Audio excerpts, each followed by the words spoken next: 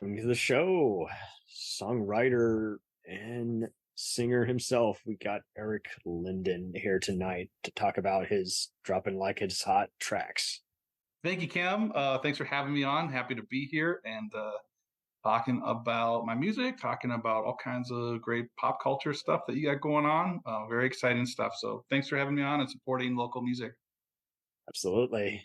He has worked with the likes of Knife River Records and Red Dot Recording, and he is based in Minneapolis. He comes with us today to just talk about his newish renditions and what inspires him as a songwriter. But so first off, let's back it up. Let's back up these tracks. Once again, you already this interview kind of already wrote itself because there's just so much material to. You already had the website part down in Spotify to a T in your store, but it was really just neat just how this kind of all organically happened. We were following each other randomly on Twitter, and it's like, I do want to actually talk to another music artist. There's no shortage of it. It's a variety show, and it just seems so natural, and just how this, you were promoting your Burning Up the Marquee album and staying busy, and I was like, yeah, we gotta chat. So yeah, perfect. Yeah, there's a lot of great connections to be had through Twitter, and especially around album promotion time and over the last couple of years. So yeah, thanks for reaching out, and appreciate what you said about the website and Spotify. I really have, there's so many who won't do it. And it's like, you hire someone, man, just get a better album cover, get somebody to do something for you. You can't do it all alone. Yeah, and they don't have to like even your work for them to do something good for you. You can improve on whatever you want as soon as it gets going. But yeah, this was really neat because you had a lot of indie, progressive and alternative rock, and you even had description. I was getting so many vibes. I was getting one of your slower tracks, kind of a Bob Dylan kind of feel, and then some other kind of bluegrass rock in another one. My personal favorites were easily, Crimson Lips was peaking really high on the charts, but I really dug Nowhere Fast, Cinnamon, and over again. I really dug those three other ones because it's just like, see, this is the kind of just laid back outdoor kind of rock. And I know you said, you're from a garage band type vibe, but I mean, it's really cool to just see this amount of diversity. So again, you began in 2019, but were you always a music guy, or did it hit you way later? Yeah, for me, I was always really, really, really into music as a kid, and I kind of felt a little out of time with a lot of the mainstream music that was going on in the Midwest, at least in the 80s. And so when alternative music hit in the 90s, I think, like 13 years old when Nirvana hit the scene, and that was a big turning point. And that was like I need to start playing guitar Nothing else yesterday. mattered. Yeah, Grunge, it was grunge just like I just like it hit at the exact most potent time. And I think a lot of people around my age maybe had similar experiences, perhaps with Nirvana or other bands. And I just really dove really deep into music, and there was such a big variety. Alternative is such a huge umbrella, and so I was playing around North Dakota, where I grew up, very small area, and we would put on shows for our town, and kids who were not even really all that in music would go there because there was something to do. And we started kept you playing bigger busy. and bigger shows. Yeah, started playing bigger and bigger shows, opening up for some touring acts, and All in Minneapolis or just throughout? all this is all back in North Dakota. Yeah, so Oh, yeah, really, really small stuff. So Minneapolis would have been the big time at that point. But there was, some touring acts that would come through, and we knew enough of the local bands. We always got really good feedback, especially on our songwriting. it's And everything, isn't it?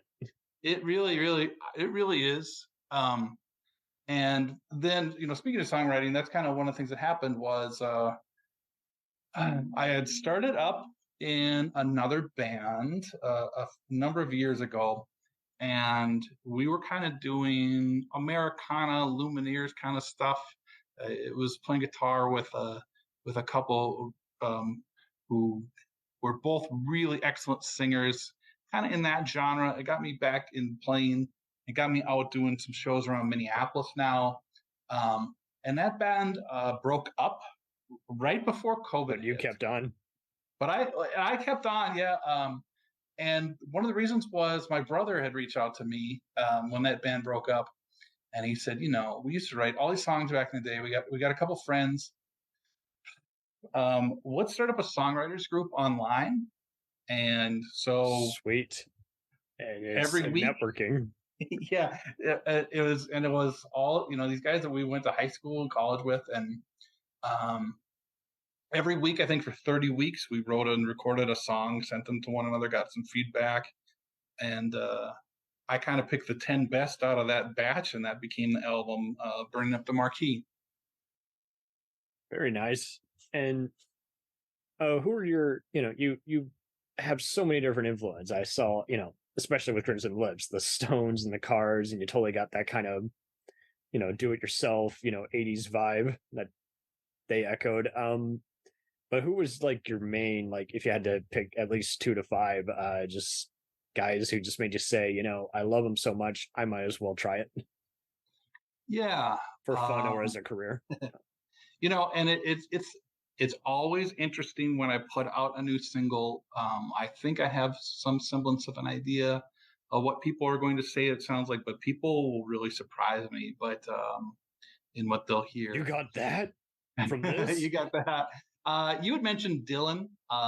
Dylan was, I went through a year in college where I probably listened to pretty much nothing but Dylan.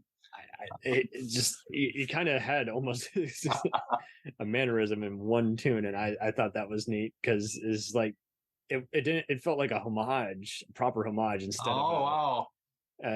of a, we're a cover band, did you do some cover band stuff before that? The bands that I played in, the Americana band was a cover band, and the band in high school, we were kind of mix up covers of alt rock stuff and originals. And one of the reasons was, if you're going to put on a show and there's only 2 bands you can get together, everyone's got to play for quite a long time. So we would put on like 2-hour shows back in the day, which you don't really get a chance to do with a city. Other influences, I think Tom Petty is a big one. Definitely Petty. Yeah, I think Petty is such a monster influence on so many songwriters now. I think I didn't know. Yeah. I think he's just kind of risen up in Nashville circles and rock circles, and just touches on so many things, as does Dylan. I'm a big Paul Westerberg and Replacements guy. There's a lot of Minneapolis in this, but Dan Wilson and Semisonic. Of course, I mentioned Cobain. It really could go on and on. When you have actual closing time, that's when you've really hung it up. Yeah. But the album was really interesting because when we were doing this batch of 30 songs, we were pushing each other to try new things, and if I had just sent 30 songs in a row that were maybe in that rock and roll garage band straight ahead rocking kind of thing, like a Crimson Lips or a Chasing You, or on the other hand, if I'd done a lot of strummy acoustic stuff, it would have bored the other guy. So in a lot of ways, we were really pushing each other to experiment, and within the group, itself, I'd say my brother is very, very much at home with pop punk, but he's got more into Americana. There's a guy who does really like heavy metal, almost Rage Against the Machine, and then there's like a country blues musician. So in the group it was just a big mash of genres, and then pushing each other to experiment and try something new each week. Mm-hmm. Made for a really unique way to make an album, I suppose. 1,000%. Is there any music style you would like to attempt, or probably not? Oh, yeah. I think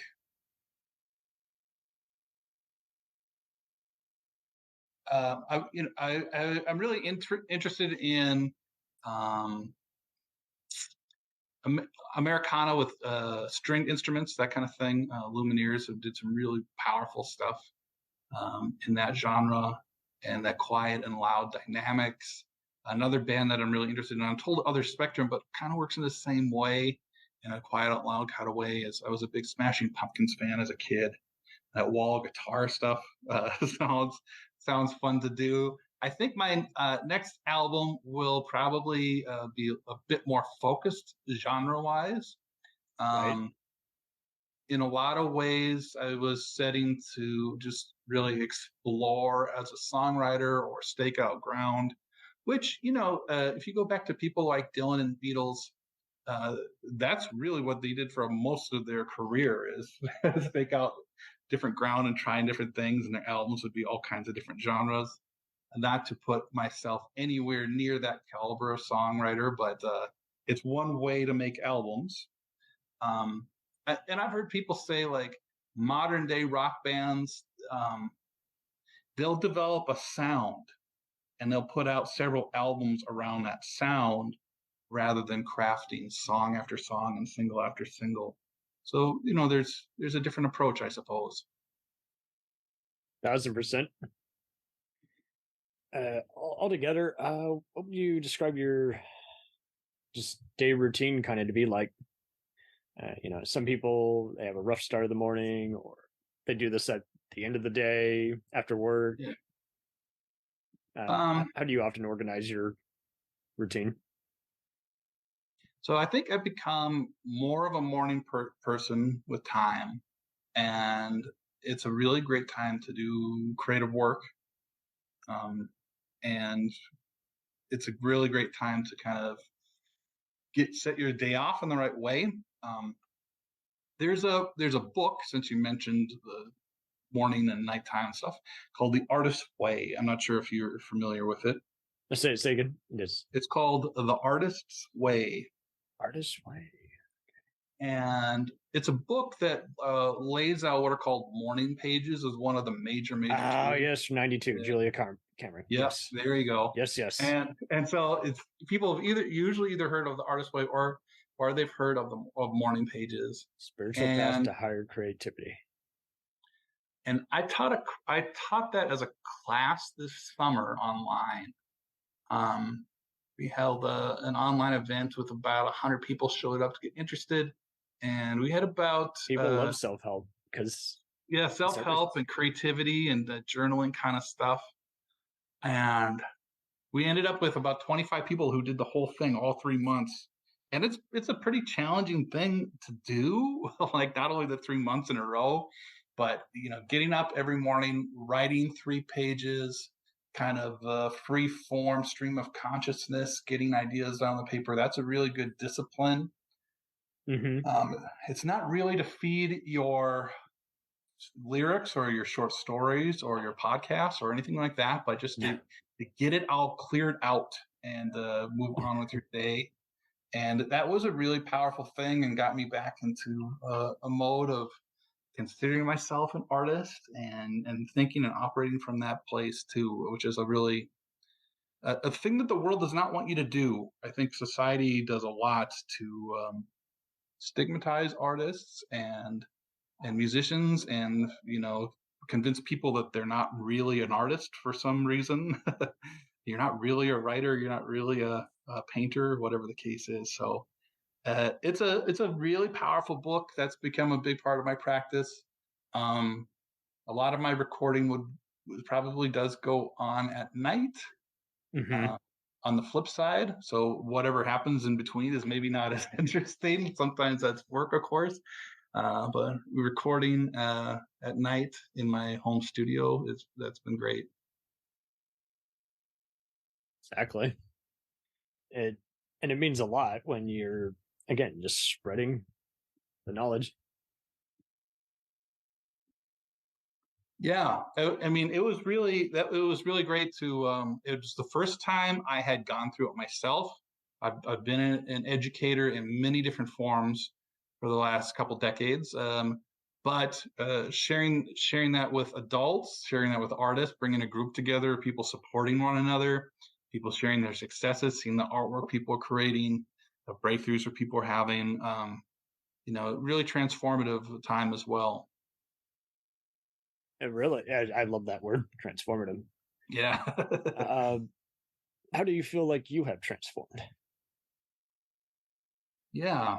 Um, putting out this album has been a really interesting interesting journey. And talking about songs online has been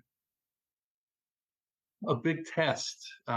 Putting your art out in the world now is really different than it was, I'd say, in the late '90s, early 2000s. Exactly. Yeah, and so I mean, there's things about like, well, the labels were such a big thing at that point. That was kind of the be all end all. There, of course, was all the indie scenes and stuff. Now it's all It was often word streaming. of mouth, and Yeah, you now didn't it's know if you were streaming going that to kind of stick stuff. with it until. But I think one of the things that was, I'm going to take a little bit of a tangent here. Maybe I'm just avoiding the It's question fine. It's about what my our personal platform. transformation. But one of the interesting things was, you know, in the '90s, when alternative music did break, I think labels would find these themes where people were doing really interesting stuff for years. And you look at some of the bands, they were putting out their second or third album, whether it was Green Day or Smashing Pumpkins or Nirvana, that kind of stuff when they hit. And they'd been playing and touring and building up a following for a long time before most of the world got to hear them. And after grunge, there was, sort of that punk Green Day era. Then there was like swing dancing for a while. Like it was the '90s were so wild. Like they go into the New York hippie scene. And it would be like for a year, you would hear all of a sudden Blues Traveler and Spin Doctors. And then the next year, it would be all swing music. Because labels were turning up these music scenes and now it really works so differently because as soon as an artist says, like, I am ready for the world to hear me, you can submit your stuff to the major streaming services. You can build an online following with something like Twitter or a website or all the social medias you'd ever want. You can post a TikTok and something can go viral for the right or the wrong reason overnight. And Right? it's so raw and big feeling in a way compared to every month you're touring a little further from home, you're playing a little bit bigger show in the next town over, those sorts of things.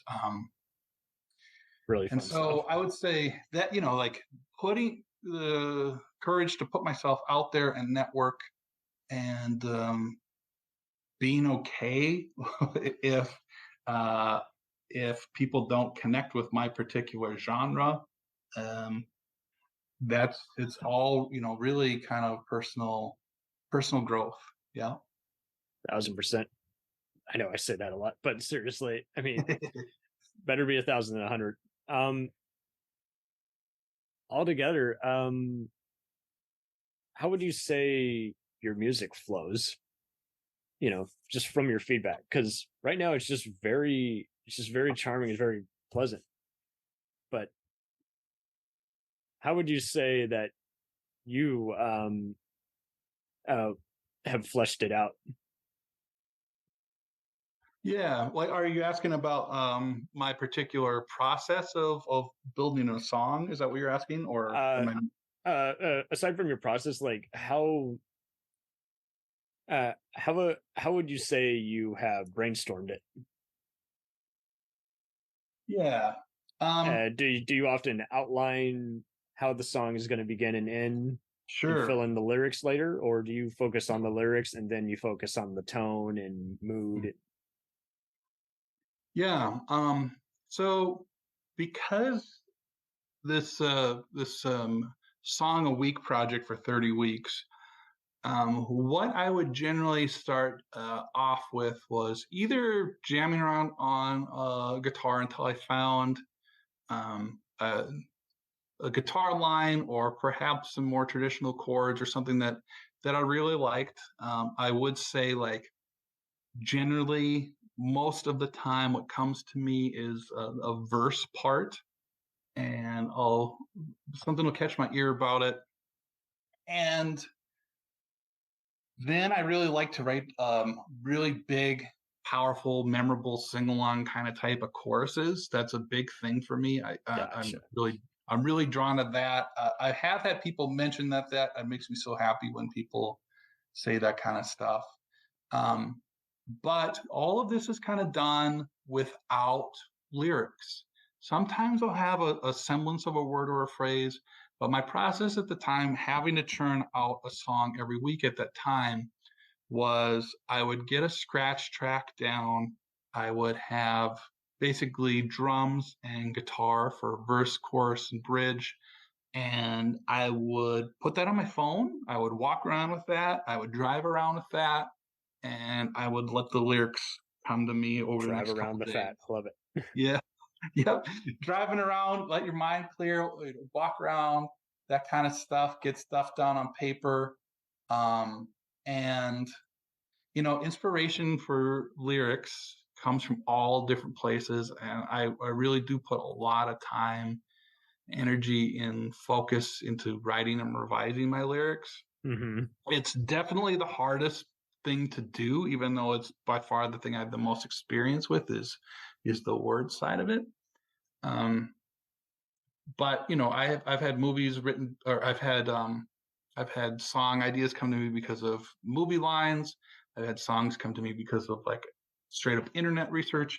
I've had songs come to me by overhearing a conversation my wife was having with her sister on the phone, and that little seed of a song is what gets the whole thing to coalesce, come together, crystallize. Yeah. Gotcha.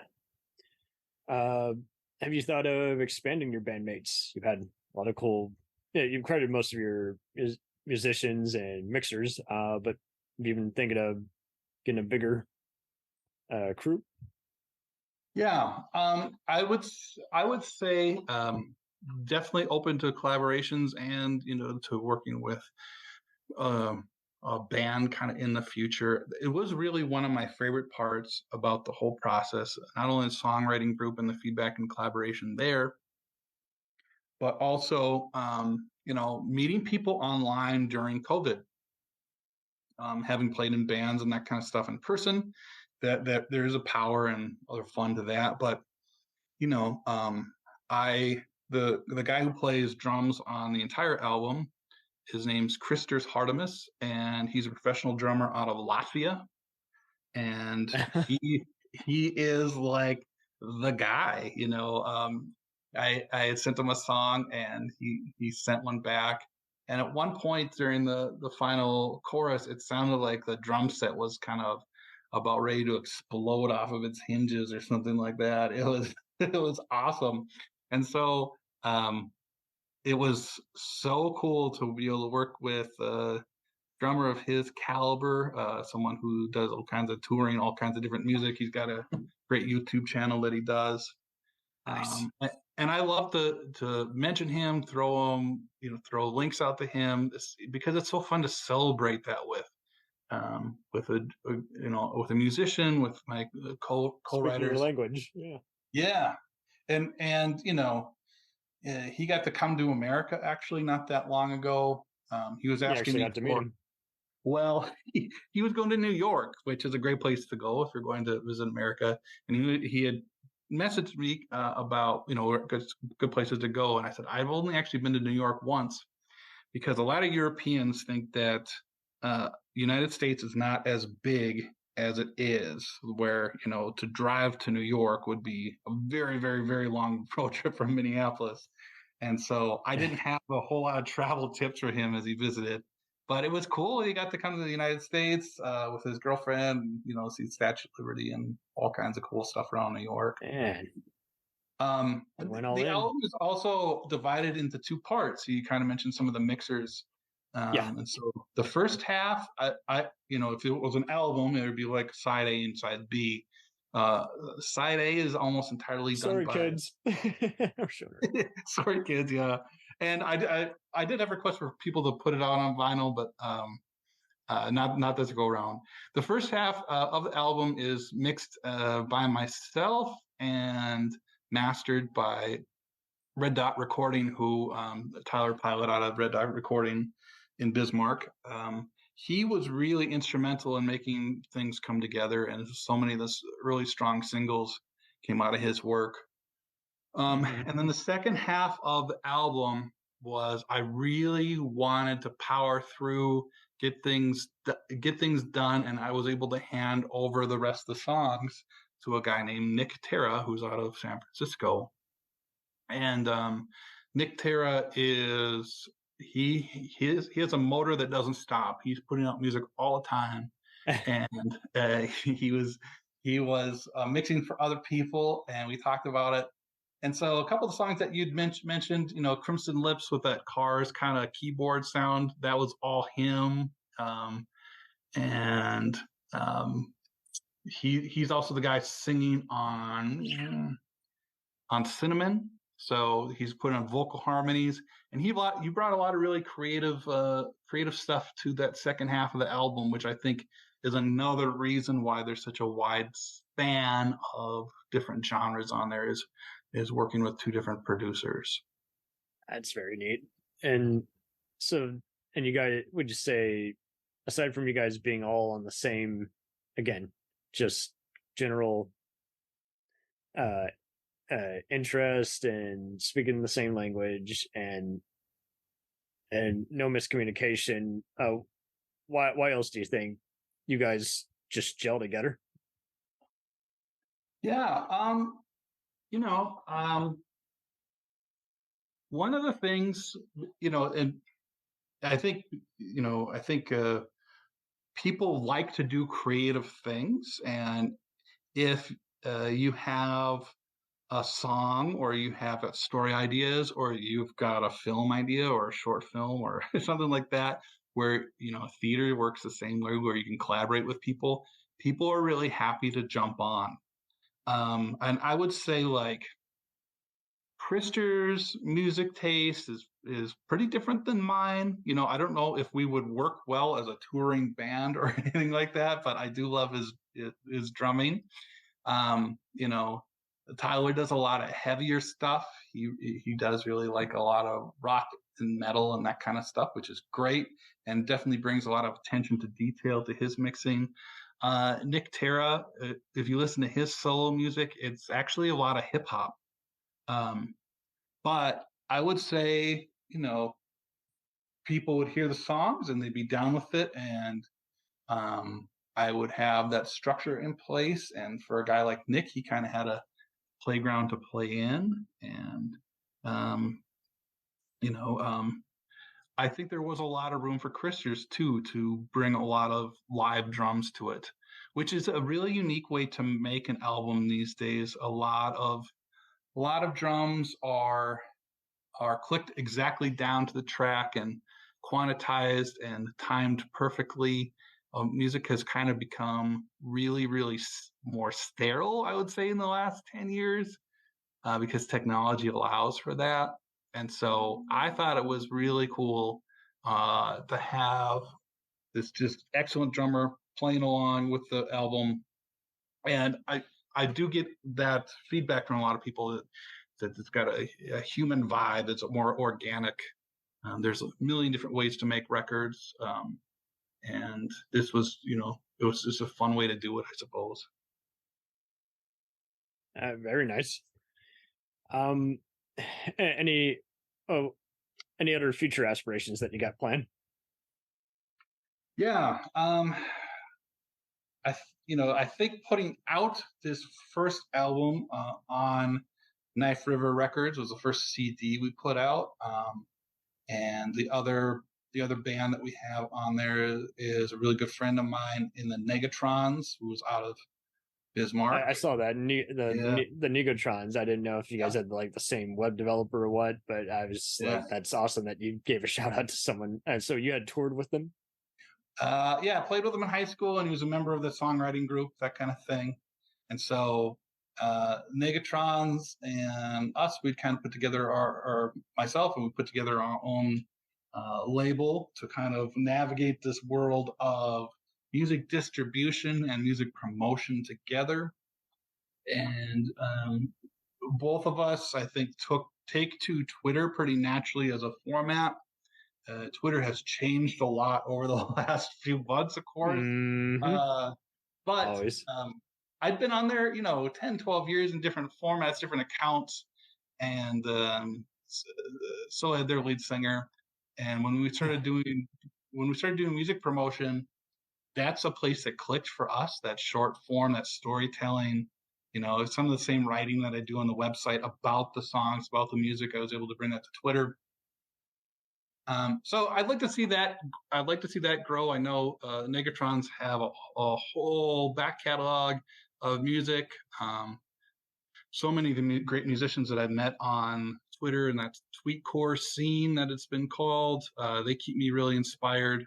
And so I'd like to start out writing a new album soon. I think I've had a couple seeds, but it's a massive undertaking, and you can see why the major labels want everything done 6 months ahead of time, and all the promotion and stuff. There's definitely a lot of skills to learn when you're an independent, doing everything on your own. Well, what sound equipment and home studio devices and just other material would recommend for those again who have been dying to do their own music for quite a while? Yeah. So again, really, it's a big difference from when I had started back in the '90s, where we had Exactly.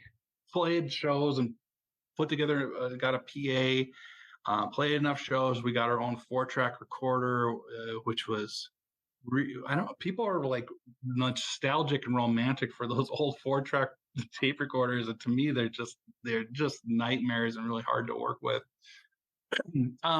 And so the home recording has had so many advancements, and it really took off during COVID.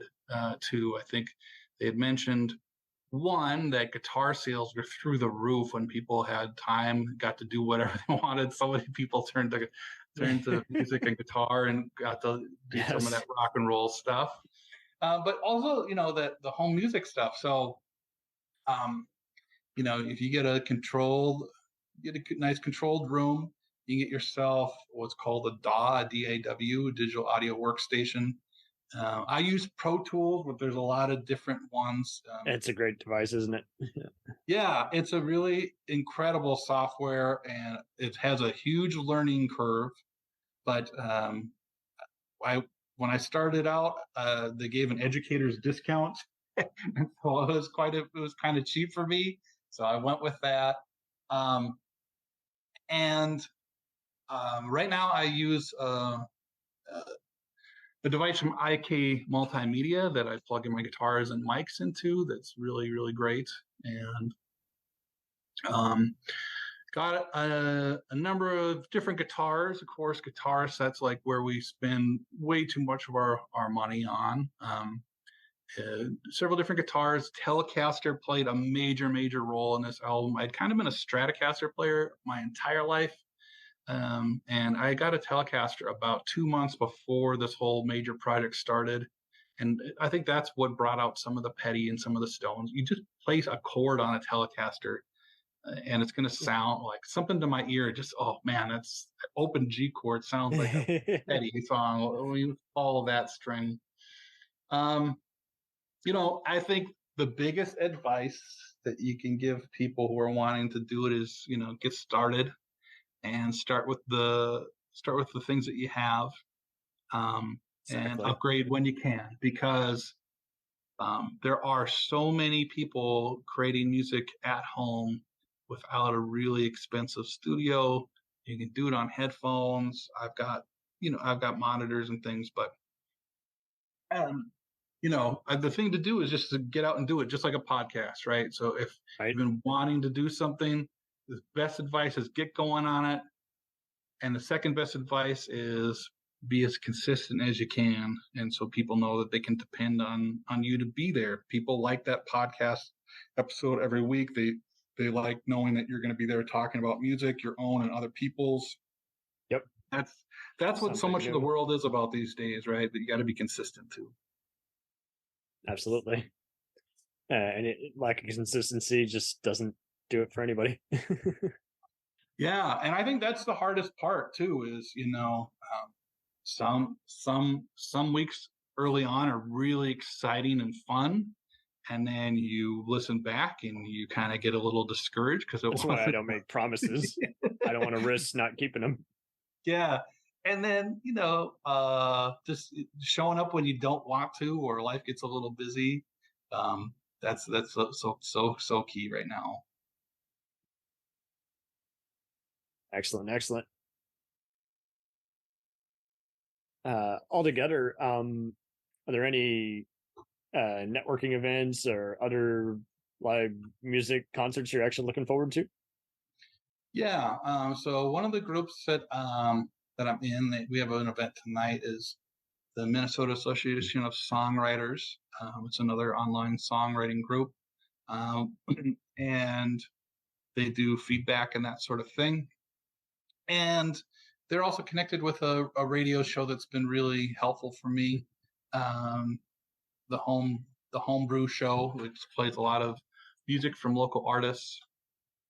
And so getting in those connections in real life in your city, in your community are great. And so are things like that online TweetCore community with, Mark Schuster and Brian Lambert and Megatrons and Scoopski. And there's so many great artists putting out music on there too. So I've got a couple different circles where I'm networking, and I think as I'm getting back into doing it again, also building out networks around the music production side too.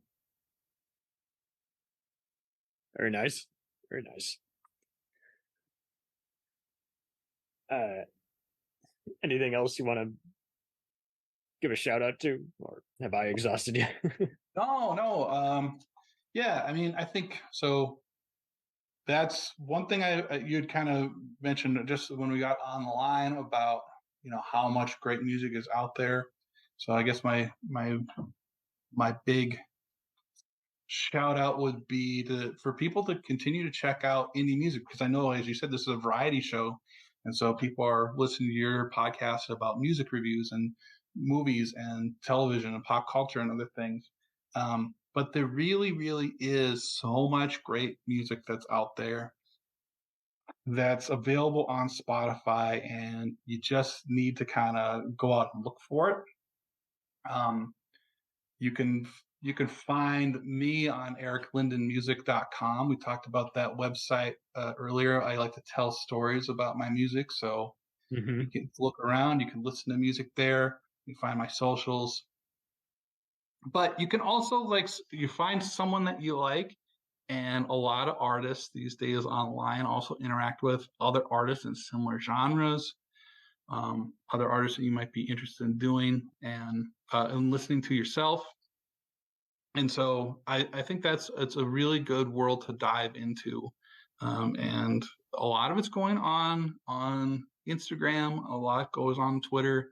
TikTok has been incredibly huge for music artists that like that short video form. So really dive in there. Start looking at who's putting out music in your genres and seeing what's out there. You'll be really pleasantly surprised, and you know. Not all of the over the air radio stations are putting out the kind of music that we want to listen to. That's always really great advice. I think that was like Toni Morrison or someone said like, if there's a book you want to read but it hasn't been written, then you have to write it. And I feel that same way about music. Like if there's music, if you want to hear that music in the world, sometimes it's up to you to get that guitar music out in the world and share it out with people. So Totally. And altogether, I mean, it's just cool to know that you can have this be your day job. yeah, yeah, it's really exciting to see all the different ways that that music can work out and that people can make it as a songwriter. And of course, a big thing that kind of had come up in the last 10 years that wasn't available before is writing for TV and movies and getting royalties through that. Hopefully, touring continues to be a better and better option than it has been in the last couple of years. Local shows generally are pretty strong, but it's been tough for smaller acts and even bigger acts to put on tours. I don't know if the rest of the world has noticed it, but there's been a big reduction in tours and festivals and stuff the last year, and people struck out this summer and had to cut stuff pretty short. There's a lot of cancellations this fall and winter. So everything altogether will just keep, just moving along instead of just having to look over your shoulder constantly. Like it's going to be something blowing up in my face. Yeah, yep. And I think at the end of the day, it's all about the music, anyways. And that's a really great thing right now is that people can listen to a podcast like this. They can check out an artist on something like a Spotify or Apple Music, see what other people are listening to. Playlists are a great way to go too. Like I think a lot of indie artists put together at least a couple playlists. I kind of go a little crazy with that. So if you go to my page, you'll probably find I think 25 or 30 playlists. And it's because I like listening to music. I like promoting other indies. I like listening and discovering new music in the genres that I like. The jangle pop and the power pop and the alternative rock, and we talked about Americana earlier and that kind of stuff. So, who's putting out interesting music like that? And the playlists are a way of keeping track of that and sharing that with the world. So, that's been awesome. And hopefully you keep to get doing it, Yeah. until Spotify gets taken down. You're gonna keep doing this. Bandcamp will take over. Things change, but Spotify it's a pretty controversial. Spotify's had a rough year, and Twitter's had a pretty rough year. Another great thing to make mention of for podcasters or creatives is I'm a big one about this, and I appreciate it. It's like the most boring advice ever, but it's totally true. And that is what you want to make sure that you're getting email from your fans, and making sure you're writing to them and sharing stuff out that way, because you never know when a major event is going to hit a platform like a Spotify or a Twitter. And if nothing else, we've seen every social media site, they like to really, what's the word? But it's like something controversial. Yeah, funnel down. Like they want to squelch your reach, right? So you might have 3,000 Twitter followers. You might have 30,000 Twitter followers, but you're only getting through to a tiny percentage of them. And they change that at a whim. Like how many people are going to see that? So they tiny percentage. But if you can convert the people who are really, really interested in what you're doing over to email, you're able to reach out to them on your own terms. And then it doesn't matter so much if there's a big controversy. Who does or doesn't see you. Yeah. You'll always have those friends. Yeah. I get through, I have like over a 70% email open rate.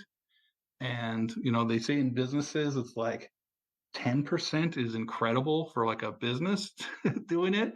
But if you're telling good stories and you're reaching out to share important stuff, I'm getting through to pretty much everyone who wants to hear from me, right? Or even Twitter and you'll Spotify. Always have their voice. Yeah, always. And they can reach out to me, and it's a nice thing. So if you can, as a creative, ask people for the email addresses. Ask people to stay in touch. Think of ways of sharing your story in that way, and that way people can't take fans away from you. And I would say, like, if I hadn't been doing that over the last couple of years, I would be a lot more stressed out about the developments that have happened with both of those platforms. But MySpace used to be the greatest music promotion platform in the world, and now it doesn't really hardly exist, right? Yeah, So, I mean, even when it relaunched, people lost some stuff. So I think that's just it. Just yeah, people got money things to change. burn, and you shouldn't let it distract you. And I mean, pretty soon, whether anyone wants to convert to TikTok or not, there's going to be 5 other sites that takes place pretty soon. Yeah. Yeah, and there's always that golden window where the platform is trying to get the creatives over there, and they'll let you reach everybody. That's when people want to be on those platforms. And when Right? they start squelching that down on you a little bit, it gets a lot tougher, a lot tougher. But I think that's probably the most indie thing you can do online is build up your email list, and have a website, tell your stories, and then share the work of the little labels and the podcasters and the bloggers and the radio stations online and over the air that are supporting you. That's still incredible, important work. So, yeah. This has been a delight having you on here because we're getting some authenticity in the indie music industry. We're not, and I hope you continue to be prolific and you get some more than just college play. I hope you can really talk to that one talent agent who's at a show one night at a pub. Yeah, and connect with even I consider myself a A friend songwriter of a first and friend will foremost. even Yeah, songwriter first and foremost. So if anyone's out there listening to some of my music and wants to record it themselves or wants to collaborate on some lyrics, those kinds of things, it's all great. You got it. Yeah. I think I had mentioned you had said a shout out, and I had probably 7 of them, but the Tweetcore Radio Hour is something that I suggest people check out. It's a pretty new podcast that's putting out new music. That's done by a friend of mine, Mark Schuster, who's part of the Star Crumbles, and he's been a really supportive, great blogger. And he actually played some keyboard on my album too. He played some keyboard on a song called Armagosa. So that would be another great shout out. Other than ericlindenmusic.com, check out that Tweetcore Radio Hour. That's got a lot of great indie rock music going for it. Very nice. See, this is the other good things. Getting these other third-party sites noted. Yeah. All right. Well, treat yourself right and have yourself a wonderful rest of the night. Yeah. Thanks, Cam, for having me on. It's a great conversation. I'm happy to connect with your listeners, and it's been so cool to see what you're doing. Sharing is caring. Sharing is caring, man. All right. You have a good night.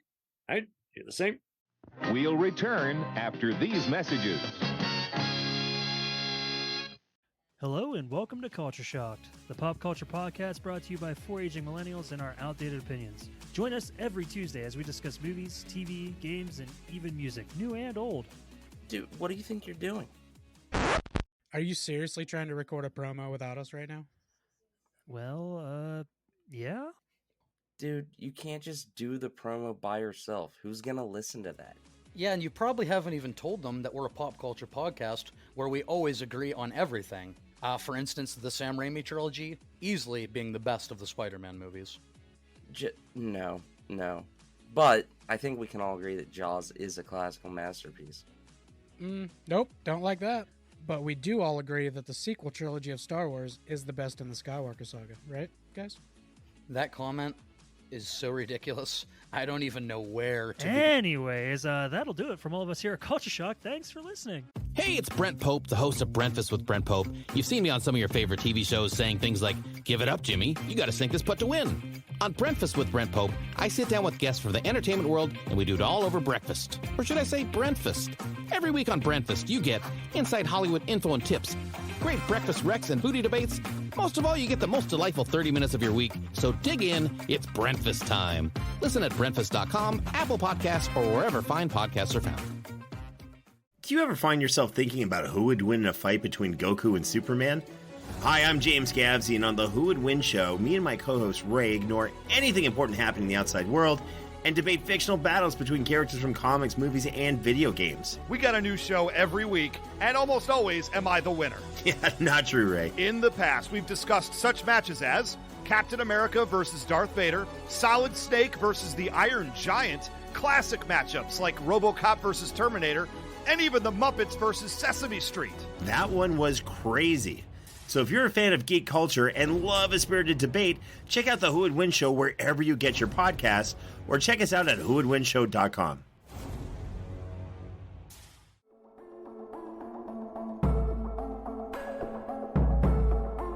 We let things pile up in the DVR, we add them to our queues, we wait for the DVDs and Blu-rays. We time shift. The Time Shifters Podcast. Sci-fi, horror, fantasy, superheroes, comedy, action, film, television, maybe some not-so-current events. Find us on iTunes or at timeshifterspodcast.com. Cool thing about Blind Knowledge is we are in multiple countries. We are worldwide all across the globe.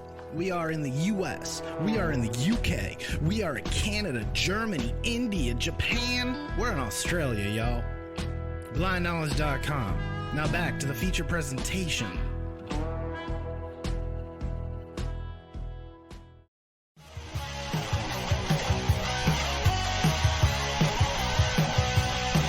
Follow us on the web on Facebook, Twitter, and Instagram. The podcast is available on Podbean, Spotify, iHeartRadio, Anchor, Apple, and anywhere else podcasts are available. Feel free to review our show and leave comments on any of those sites. Thanks a million for listening. It's a jacked up review show. It's a jacked up review show. Jacked up review show.